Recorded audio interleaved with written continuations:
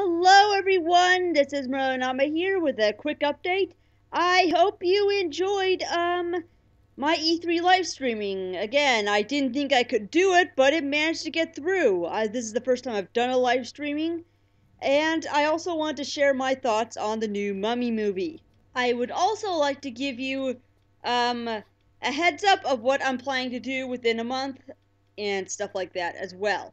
This is an update for all these cases. Now again, my Tidbits episode, my new episode of retrospective reviews in which I will be reviewing Sahara within July, because right now I'm in the middle of a move and that's why I'm having this gameplay footage play instead with this update video. And of course that this game, Tomb Raider: The Last Revelation, kind of has to sit in with the theme which I'm about to talk about, both hindering a whole host of nostalgia as well as ancient Egypt, as well as ancient Egyptian levels, which relates to the theme of the new Mummy movie I'm actually going to talk about here. And because this game has several references to the original Brendan Fraser Mummy movie back in '99, 18 years ago to be exact. Um, it was basically spring break while I was finishing up third grade, going on to fourth, but it never really caught my eye until much later around the holiday season that year. And this game was actually in development when the Brendan Fraser Mummy movie was actually out in theaters. And so there's a lot of references to this, aside from being in ancient Egypt, but also there's the City of the Dead, etc. But I can draw a lot of similarities in regards to the reception it's received, and of course, except this time it doesn't look as bright. Now, I do remember, as much as I enjoyed the two Brendan Fraser Mummy movies, and not that god-awful Tomb of the Dragon Emperor, because it's a complete betrayal, I know that the first Mummy movie, the Brendan Fraser one from 18 years ago, also got mediocre reviews but when it first came out. But it was actually far more enjoyable. It was mostly popular with teenage and child audiences like myself, who actually had more of a goofy, youthful feel, while older audiences didn't really enjoy it that much. And it actually spawned such a huge cult following that they pretty much decided to make two sequels. One of this being The Mummy Returns with moderate success, aside from the CG rock scorpion monster that was horrendously done. I mean, if you ever have a chance of looking that on YouTube, be sure to laugh at how horrible it was. I mean, however, it's not as bad as the Mortal Kombat Annihilation transformations. Those are laughable as hell. After the Mummy Returns came out, the series actually set up several new pathways for it to continue. Probably there's going to be a fourth one. But alas, we instead spawned a spin-off called The Scorpion King, which did terrible, and it spawned four direct-to-video sequels, which are laughably bad if you ask me. I plan to review each one of those Scorpion King sequels in the future.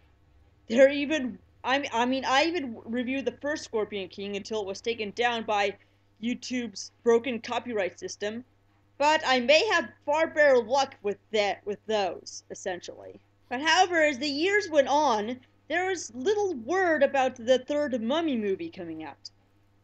Well, it turns out that there's been several that Stephen Sommers has left the project to work on Van Helsing, which a lot of people didn't like, but I kind of liked Van Helsing. Stephen Sommers was also really into monster movies back in the day. And they also replaced it with Alex Cohen, and you can pretty much see that this whole section on my Mummy Tomb of the Dragon Emperor review where I just tore the movie to shreds.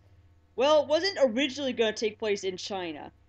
They essentially ran out of ideas as the script went through several rewrites, to the point where they couldn't really create a new villain within ancient Egypt because it would just get pretty redundant if they kept using Imhotep. I mean, why can't you expand more on the Scorpion King or even people who were part of his army? Why not create a new mummy, essentially, like the nameless pharaoh in the book of Exodus, who would enslave the Hebrew people? As years went on and the movie went through an entire overhaul, most of the returning cast left as they didn't even see eye to eye. And the two remaining cast, Brendan Fraser and John Hannah, were the only ones remaining.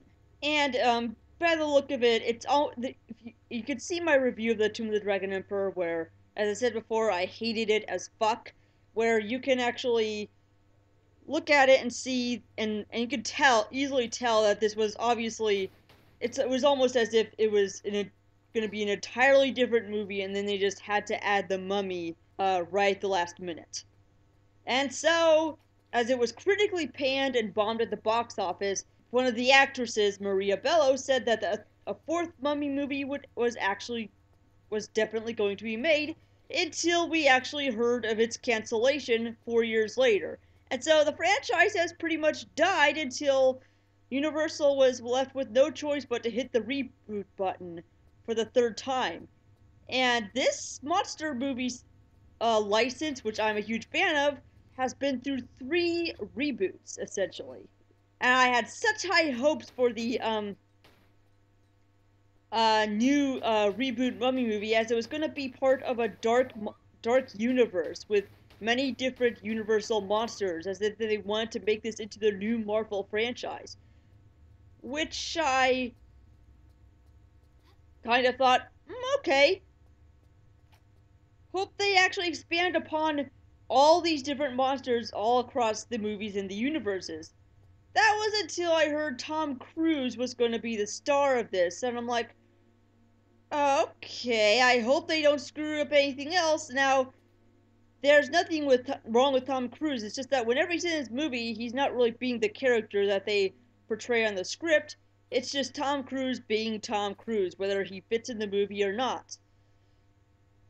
Because what could possibly go wrong with Hollywood's favorite Scientologist on the big screen? I mean, first of all, the first problem I have with it is the title itself. I mean, it shares the same name as the Brendan Fraser movies that we all know.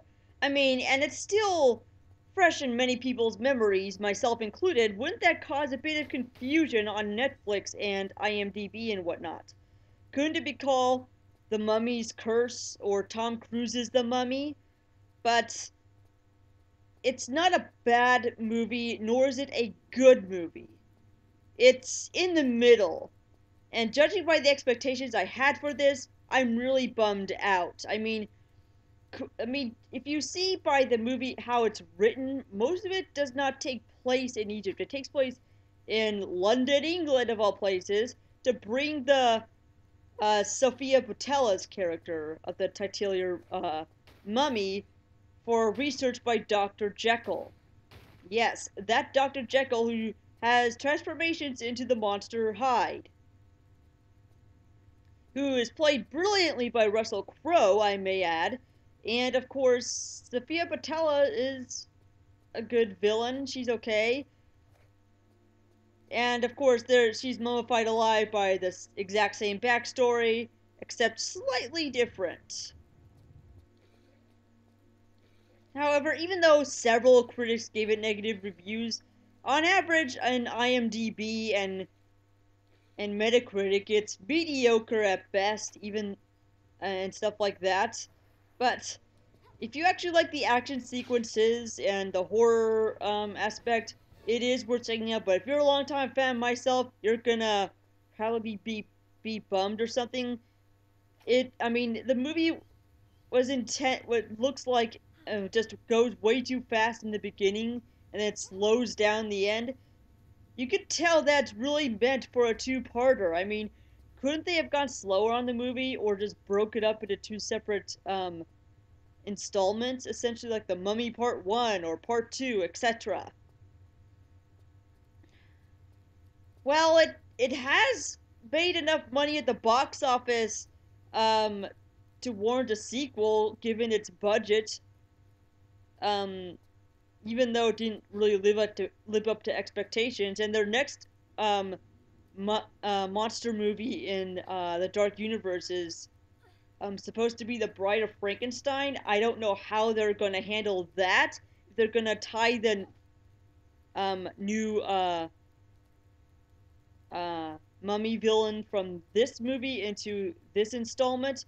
It is possible based on how the movie ends. I'm not really going to get into much into spoilers, but it looks possible.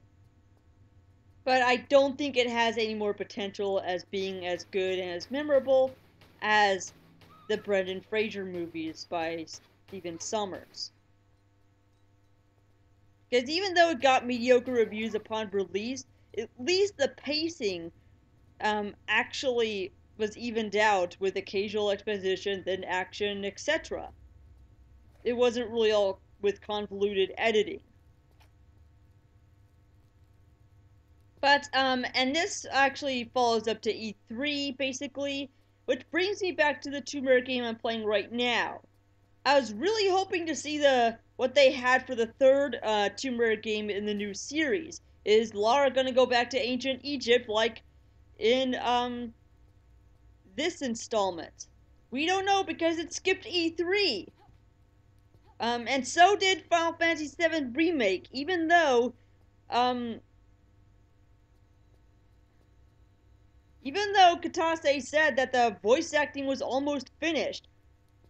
But no, it looks like that yes, I know that they have switched development in-house, but it looks like it was a bigger change than I expected, as it probably pushed back the release date of the first episode of Final Fantasy VII Remake, as it has essentially either regressed in progress in development, like they had to reuse some assets and redesign a lot of things, or they start from scratch, which would have been a huge disaster which is inevitable that we're not going to see episode 1 until at least 2019, which is a few years from now. And the and as far as the new Tomb Raider game, the jury's out on that one. They still haven't really been silent about. Maybe because they're trying to save the floor for Dissidia, but I was extremely disappointed what Square had to give. Now, Assassin's Creed Origins looks pretty good and promising. If only they were to port it to the PC so it could be available to Steam users who don't have an Xbone. And then, unfortunately, Project Scorpio turned out to be just the Xbox One X. Their their equivalent to the PS4 Pro. Okay, this is all I have for the update this week. I hope to see you next month or so. And thank you for supporting my channel. If you like the content, please subscribe by clicking the subscribe button. And you can support me on Patreon. It really means a difference. This is Marlyonama, signing off.